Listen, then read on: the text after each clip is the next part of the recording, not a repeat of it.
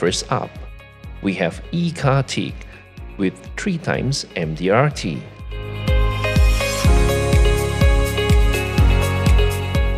Hi, MDRTs. In life, every person will have our own needs. Do you agree? From the moment we are born till the moment we pass on, the journey is never the same, as everyone have our unique way of living. Have you ever thought and planned the way of life you wish to live? Have you ever put yourself in the shoes of your prospect and help them think and plan the way of life they wish to live? Because no matter how everyone plans, be it for themselves or their loved ones, there will be a goal in life they wish to achieve. And it is our responsibilities not only to help them achieving it, but also protecting it through our products and services. And my favorite way is through need-based selling strategy. Ultimately, it is to identify their needs, discovering their concerns, and providing them the solutions. Prior to this, I was an engineer and quality assurance manager before I began my journey in insurance industry. Given my previous portfolio in technical and compliance role, I also assisted in tendering projects too. From there, I understood the importance on customizing solutions for customers and fulfilling their requirements, be it in specifications or in pricing too. The difference is, I'm not dealing with just a handful of giant utility companies, but with all walks of life, from operation employee, executive, managers, senior management, professionals, businessmen, and more. It is not easy to satisfy everyone with just product-based presentation, as their needs are all different.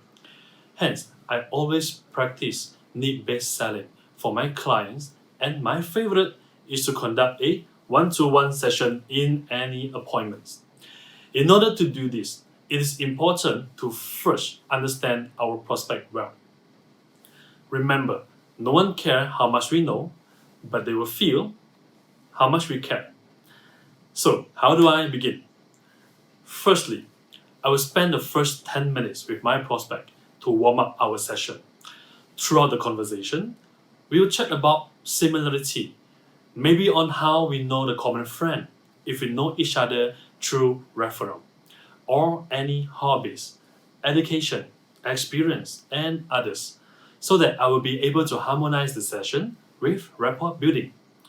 Secondly, once we get to know each other well enough, I should then proceed with my objectives on meeting the prospect. Although the prospect are mostly referrals, they are still strangers to me. Getting their personal and financial information can be a challenge. During the meetup and before the fact-finding process begins, it is important to state our purpose clear. This is to avoid any objections related to them providing us the sensitive information during the fact-finding process, which could highly disturb the flow later. Third, we shall position them that we are professionals, and only by giving us the accurate information, we are able to diagnose the potential pitfall and to tailor-make solutions based on their profile. The statement that I always use is, Mr. Prospect, what we'll be going through is a process developed by our team of experts, focusing into the goals and dreams you want in life. I will focus into your need and at the same time, highlighting to you any potential pitfall to safeguard your success. The process will take approximately 30 minutes unless you have more questions, and we will meet once a year to ensure your financial goals are achieved and remain relevant to your needs. Just like a doctor, before I can prescribe any medication or treatment, firstly, I will need to run through a diagnosis with you. Is that okay? We shall nod our head and get their initial yes. Good. Then I shall proceed to ask you a few questions, and the recommendations provided on the later stage will depend entirely on the accuracy of information given. Rest assured, all information will be strictly kept private and confidential between you and me. Shall we proceed? At this point, most of them will agree to provide their information. My fourth step is to begin gathering their information. So what kind of info will I be getting for? Of course, their name, date of birth, occupation, so that we can access their occupational race, smoking status, marital status, and income. With the above, we can already generate quotations for our prospect. Is that all? Of course no. So what else will I be asking for? It will be their dependents, as it could be the financial responsibility to provide for them too. For example, aging parents that need allowance from them. Spouse who might be a housewife and depending on the income from the husband. The only son in the family that must take full responsibility to take care of his elder parent, and more. This information is important as it will show how crucial the income of the prospect that is needed to take care of their dependent. As the potential question that can arise from here could be, who will be taking care of your parents if you are not able to provide to them? Can they survive financially independent on their own? Is this a concern for you? Alright, next, it shall be their financial portfolio. At this point, they may not be able to provide detailed information, as most of them are unprepared to have it in hand. For the list, we shall ask them for the closest estimation for the following, such as how many properties do they have, how much is the market value, the installment that they are paying, and any mortgage insurance they have, vehicles, EPF, shares, unit trust, savings, and more that you may list.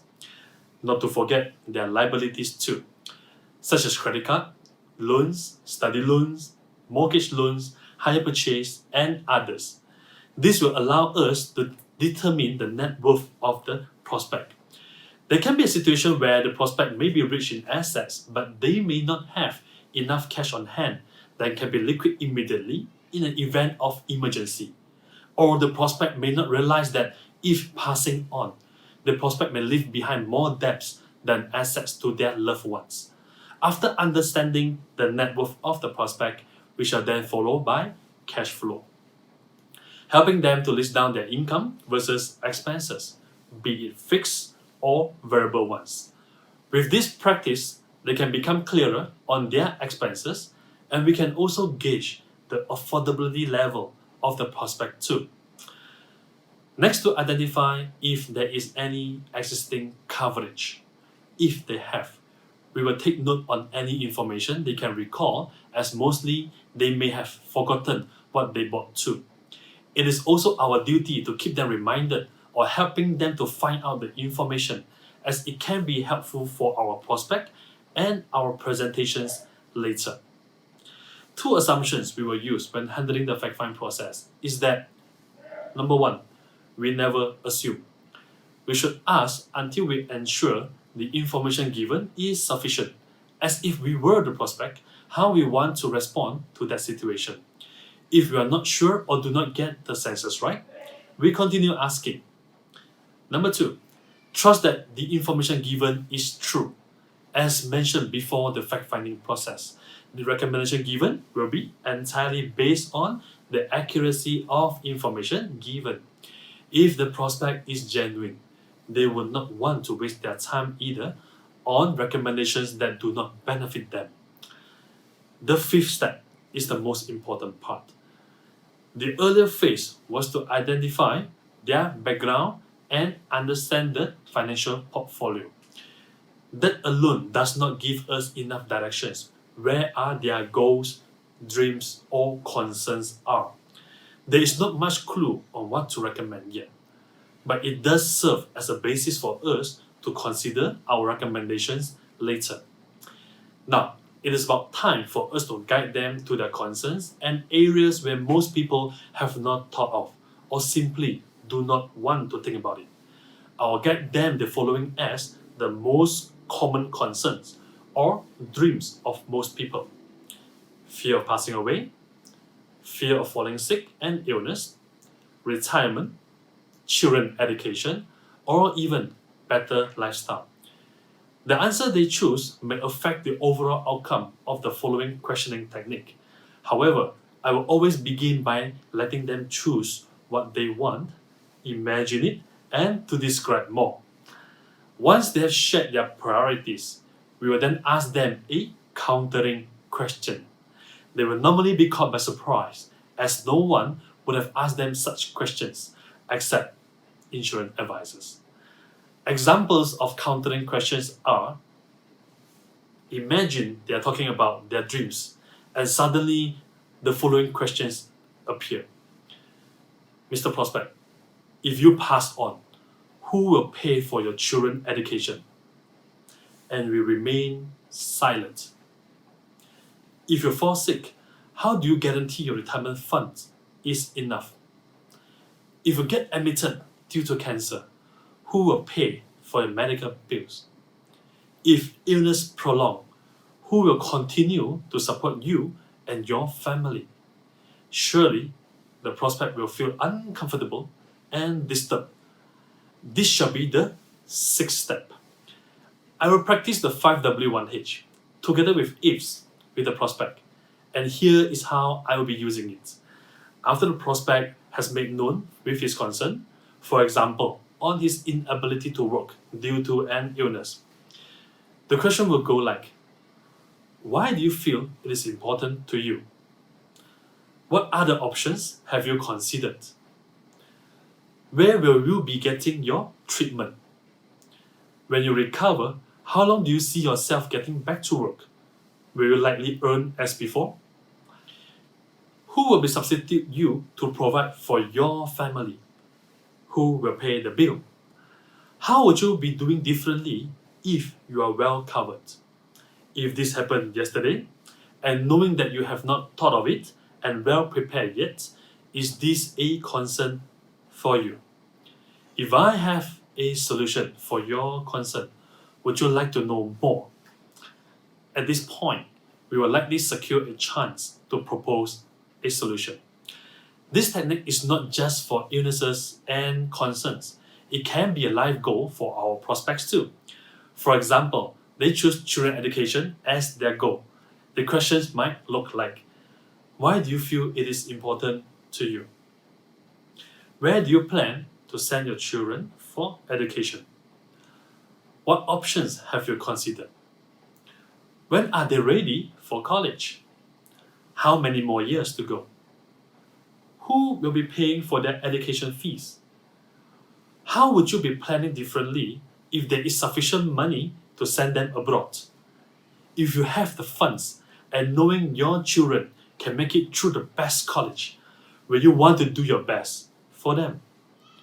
If you fell critically ill or pass on, is your children education fund guaranteed?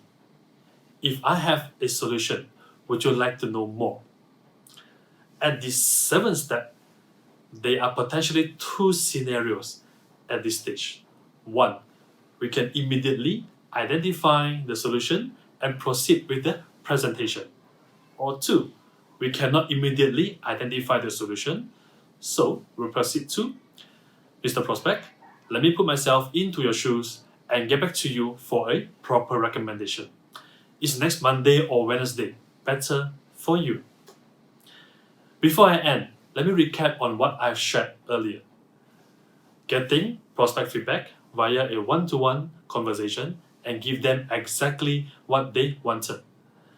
Allow them to speak more. The more they speak, the more they will open their mind to share. Choose our questions carefully and be specific. We can use open-ended questions or closed-ended questions. Identify needs by asking the right questions for the right answers. Finding them a solution that fits for their needs, and always remember that we are professionals and we know more than our prospects in insurance. So be confident when asking the above questions.